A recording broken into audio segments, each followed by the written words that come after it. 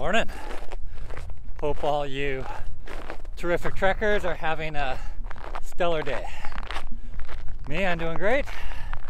We've got about 3 weeks till kickoff, so I am occupying my time with a combination of watching the Olympics, go Canada, as well as watching our fellow 2018 YouTubers. There's been an onslaught that hit the trail in the past week from Grumpy and Probation Termination, Greg P, Beatbolt Productions, as well as a whole bunch of others. It's been really neat to kind of see them meet each other on the trail and show up in each other's vlogs. So stay safe, stay dry. In today's video, I want to take a little bit of time to update you on my gear. It's been about, I'd say, just under 3 months since I did my first gear overview, and a fair bit's changed. Now, we haven't done a complete overhaul, but I've done tweaks, I've added things, I swapped things out, and there's been some things that we're not going to take. So for today, we wanted to give you a little bit of a highlight as to what's changed, as for all intents and purposes, I think I'm at what is going to be my final loadout as I hit the trail. In addition, we'll show how everything gets packed in the bag, and a few other tidbits for those that stay around till the end. Welcome to my hikefication.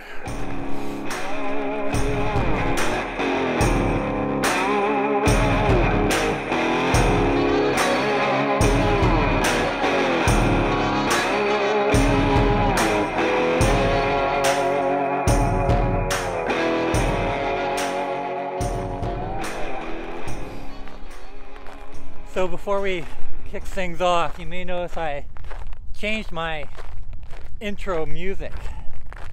I've decided to deviate from just the YouTube royalty-free source and exploring a couple other sources. So I wanted to go with a little bit more of a modern bluesy, bit of a dirtier feel. So tell me what you think. I've got a few others that I'm going to toy with over the next little while, so appreciate your comments. Okay. Let's get into the gear changes.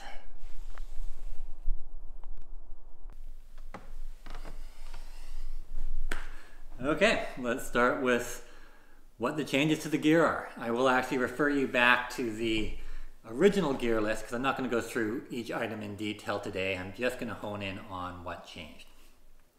So to start with, we've already talked quite a bit about my camera gear, but just for reference, what I'm not taking is my mirrorless camera and the various accessories. So bringing that all together, that saves a weight of 2 pounds, 15 ounces. So nice little save there. However, we do have to add our moment lenses as well as the aperture light, which adds in about an additional 2.7 ounces. Previously talked about my rain pants. I've decided not to take them. I do have the rain kilt, and the tights I think are going to be enough extra warmth for those winter months. So this was going to be the cold weather gear to begin with. Decided not to take that. That will give a savings of 5.5 ounces. Don't need those.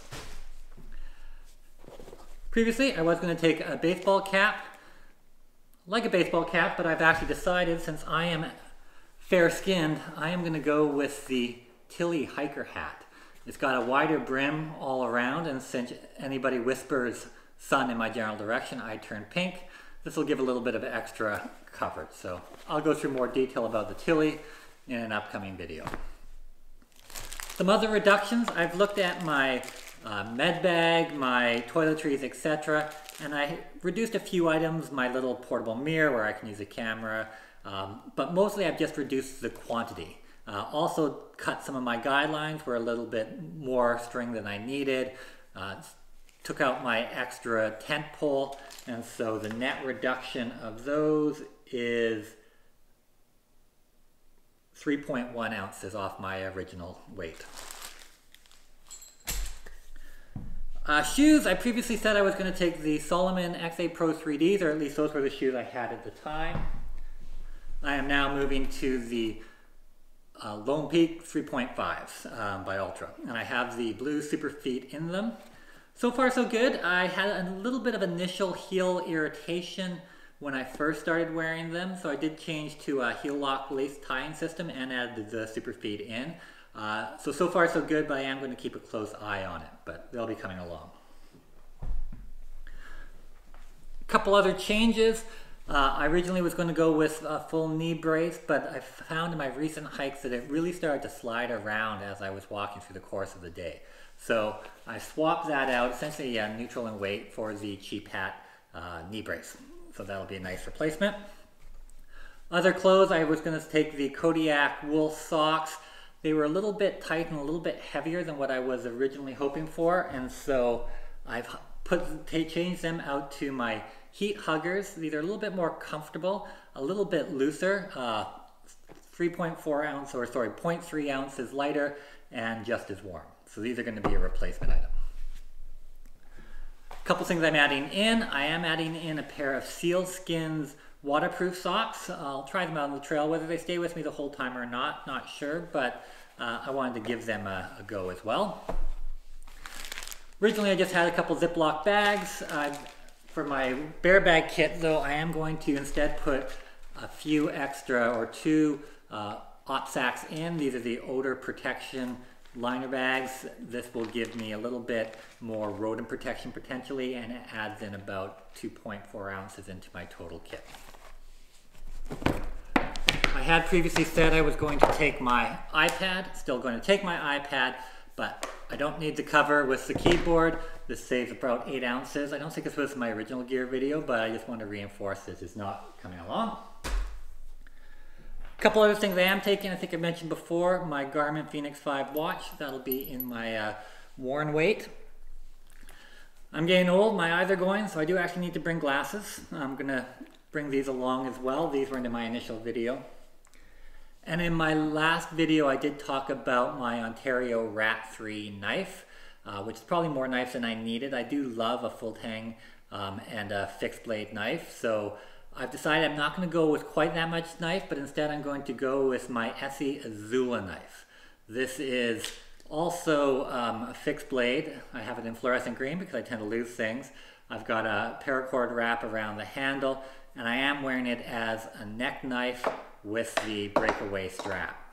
This comes in at just under 3 ounces at about 2.9 ounces, so a nice savings from the original. So we take that all in together. My net reduction, including what I've added and the swap outs, is going to be 2 pounds, 12 ounces less than the original base weight that I indicated. So a good start, still more to come, but the rest will happen on the trail. Now that we've had a chance to look at the gear, let's talk about how it all fits in the bag. I will admit, the first time I laid everything out on the floor, I was convinced there was no way this was all going to fit into my my arc haul. Surprisingly, it does. So I'm going to show you how I pack with a little bit of time lapse with the creepy voiceover. Here we go. So in packing the bag, the first thing we do is we start with the side pockets. I put the umbrella and the water bottles in just to fill out the space appropriately.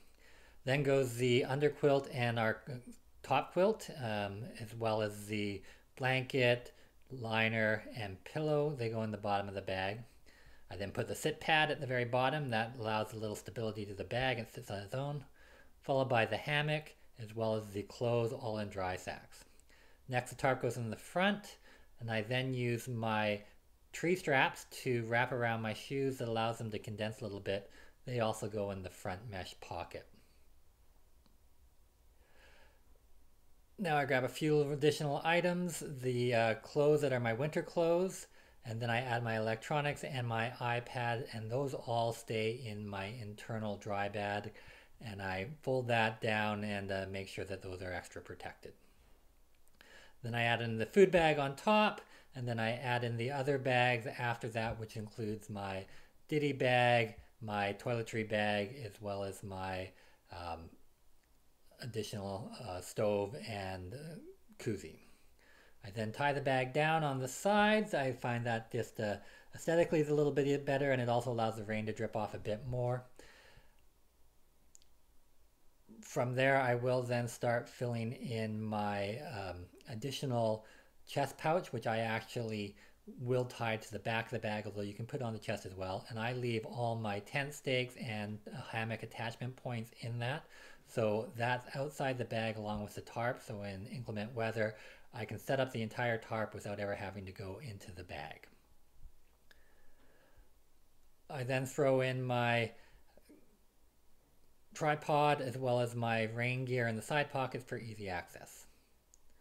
Finally, the phone goes in the front pouch and my glasses in the other front pouch, and these two side hip pockets will take some of the lenses and then the miscellaneous items in the other one, as well as snacks. And we're done. So one of the questions I've received is whether when I do my prep hikes and my training hikes, whether I'm packing all my gear into my bag that I'm planning on taking. And initially I did, but I found as I've really gone into the full-on training mode over the last month, I'm doing regular training hikes, but I'm also on the treadmill every night and doing stairs, etc. And so packing, repacking, etc. just didn't make sense. So what I have been doing is I've been mirroring the expected weight, or at least the high-end expected weight in my bag. So I keep my bag right at about 32 pounds, and for those who are wondering how I get that, this is what I have in my bag. So sometimes one does have to get inventive. Me, I've got some stuff just to make it fill the space a bit. A lot of the weight is pennies. I've got a Tupperware container filled with pennies. Since this is no longer an accepted currency here in Canada, I need to find some use for it. The second component that makes up the majority of my base weight is paint. I've got a can of paint, and since I am completely procrastinating about painting my spare bathroom, using this in my bag to make up the weight seemed like a really good thing to do. So here you go. If anybody's looking to fill out your bag, I suggest paint and pennies.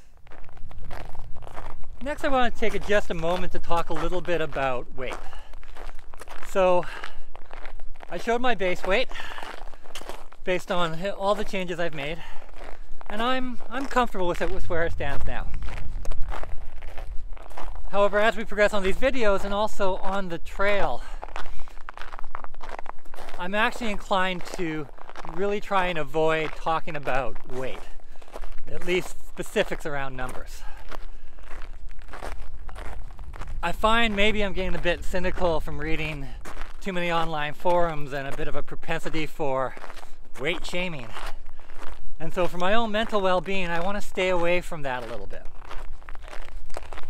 Which is not to say I don't get the importance of tweaking your gear and having a weight goal. Especially when you're first building your pack out. Having a goal of, say, 17 pounds or 13 pounds, whatever fits right for you, is good. It makes you have informed decisions. But once you've got through those decisions, whether it's 15 pounds and 15 ounces or 16 pounds and 1 ounce, your body isn't going to notice the difference. And so that arbitrary number becomes a bit of a rounding error. Yet people, some, have a tendency to fixate. And being a bit of a gear geek, I have that tendency. So for my own mental well-being, I'm going to try to avoid that trap. Which is not to say that I don't recognize the importance to continue to lower my weight. I will make informed decisions throughout the course of the hike. Where there's an opportunity to remove something or swap something out, I'm going to do that. And generally I have a fairly good sense of where my backpack weighs now and how much my gear respectively weighs.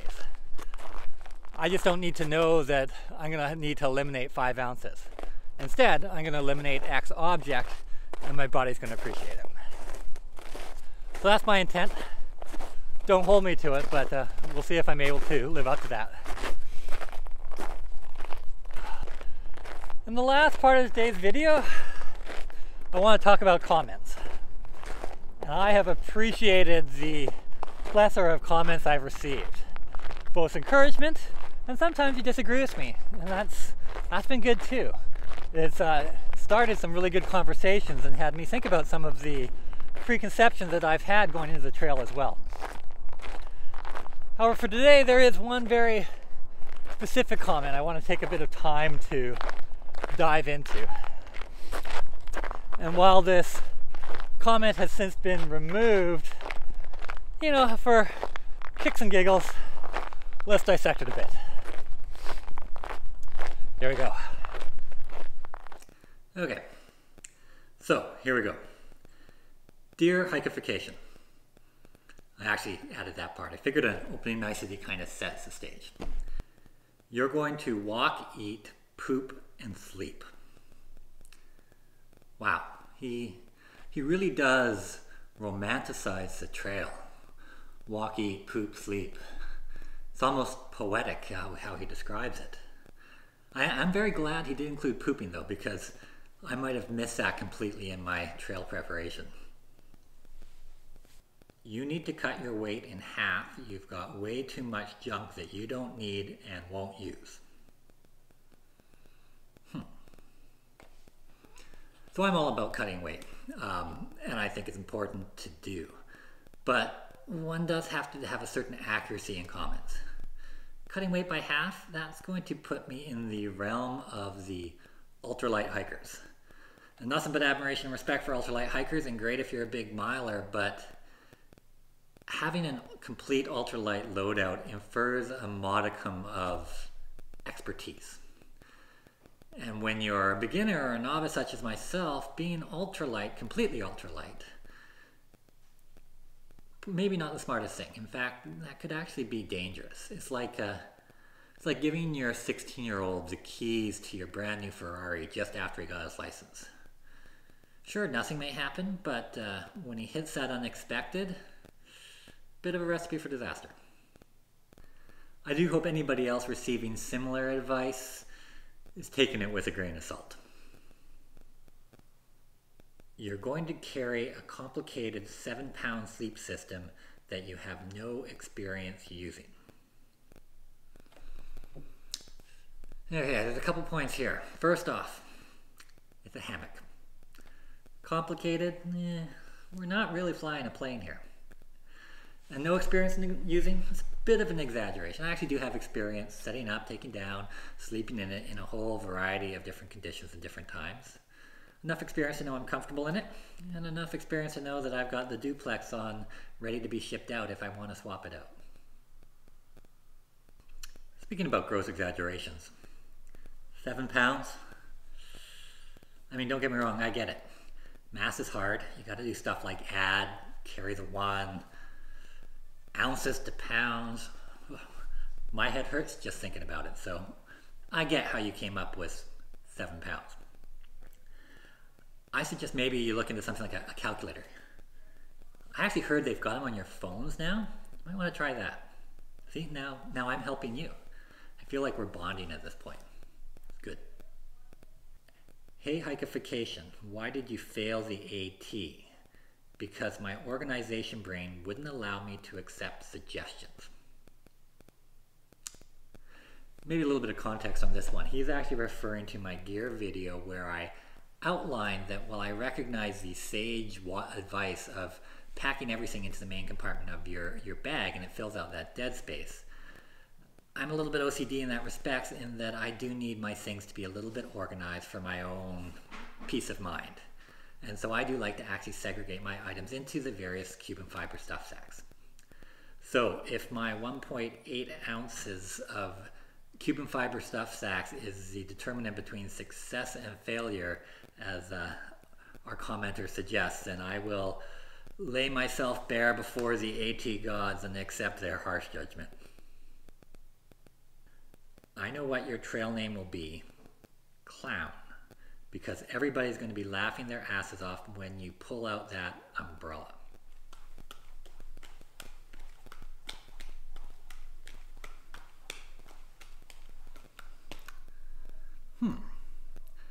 Things I wish I knew before.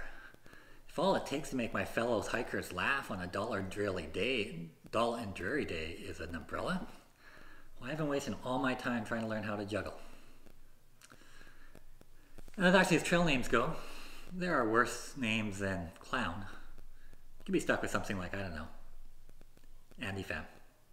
Whoops, my bad. Good luck. I really hope you succeed. I don't know you, but I feel the love oozing off the page here. I think that's pretty genuine. Dear Andy Fam, thank you for a comment. My utmost apologies if my gear list caused you a little bit of stress. Hopefully your diatribe allowed you to vent some of that frustration. If not, maybe go for a walk. I suggest the Appalachian Trail. It can do wonders. Till next time, hike on.